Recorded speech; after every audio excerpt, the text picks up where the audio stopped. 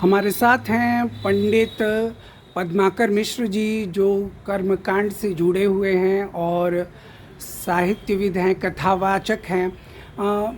पंडित जी, क्या नियम रखे जाते हैं और पितृपक्ष में क्या किया जाता है?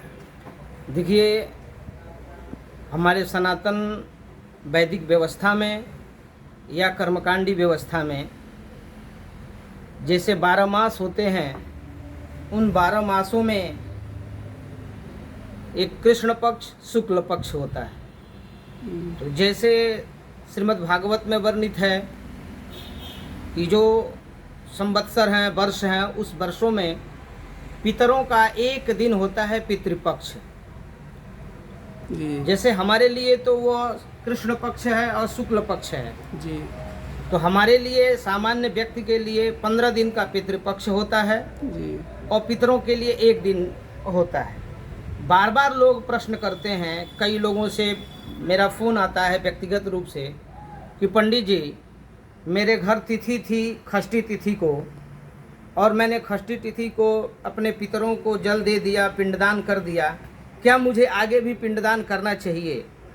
तो मैं उनको समझाता हूँ कि महोदय, यह पितृपक्ष पितरों का मात्र एक दिन माना जाता है।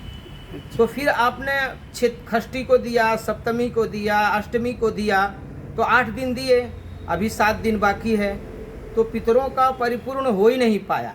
क्या पूजा किया जाता है पितृपक्ष में? क्या पूजा किया जाता है? हाँ, पितृपक्ष आप इसको दूसरे ढंग से समझिए।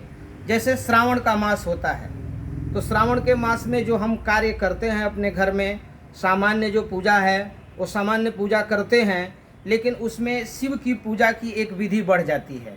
उसमें तमाम अधिक से अधिक लोग रुद्राभिषेक कराते हैं, शिव की कथा सुनते हैं, शिव महापुराण की कथा सुनते हैं। ठीक उसी तरह चले आइए नवरात्रों में, जैसे सामान्य पूजा हमारी चलती रहती है, नवरात्र में हम देवी की पूजा को एक उसमें बढ़ा देते हैं, माता की पूजा शुरू कर देते हैं। ठीक उसी तरह सुन लीजिए, ठीक उसी तरह पितृपक्ष में भी जैसे हमारे जो सामाजिक दैनिक पूजा पाठ या अन्य क्रियाएं चलती रहती हैं, ठीक वैसे ही पितृपक्ष में भी सामाजिक अन्य क्रियाएं, पूजा पाठ या सारे कार्य चलते रहना चाहिए।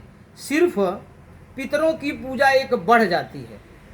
कई बार लोगों का प्रश्न होता है कि पितृपक्ष में सूतक है, ये नहीं करना चाहिए, वो नहीं करना चाहिए। ऐसा कहीं कुछ नहीं है। हाँ, ये है कि ये चतुर्मास के मध्य आता है, इसलिए शुक्र अस्त्र रहते हैं, गुरु अस्त्र रहते हैं, तो किसी प्रकार का कोई उपनयन संस्कार, मुंडन संस्कार, विवाह संस्कार, गृह प्रवेश, गृहारंभ आदि काम में प्रयोग नहीं किए जाते हैं। लेकिन पूजा से संबंधित जितने कार्य हैं, पूर्व की भांति पितृपक्ष में भी पूजन की क्रिया विधि चलनी चाहिए। उसमें पितरों की पूजा एक स्पेशल बढ़ जाती है। तिल दान देना, जल दान देना, या पिंडदान करना, या ब्राह्मण भोजन करना, दीन दुखियों को भोजन कराना, पशु पक्षियों को, क्योंकि श्राद्ध कर्म में श्रद्धा क्रियते इति श्राद्ध। तो पितरों को जो श्राद्ध किया जाता है या पितरों को पिंडदान किया जाता है पितृपक्ष में, तो पंच महाभूत यज्ञ का विधान है। ब्राह्मण भोजन, गो भोजन, श्वान भोजन, पिपीलिका भोजन और पक्षी काक भोजन।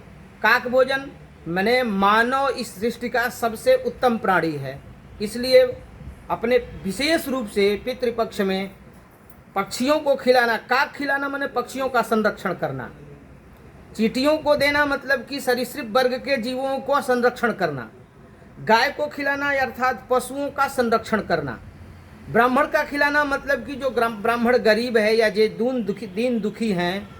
ब्राह्मण से विशेष अर्थ दीन दुखियों से है कि ब्राह्मण चूँकि भिक्षाटन करता था, गरीब रहता था, तो गरीब से संबंध दीन दुखियों का भोजन करना और दान पुण्य का कार्य करना, ये पितृपक्ष में विशेष रूप से करना चाहिए।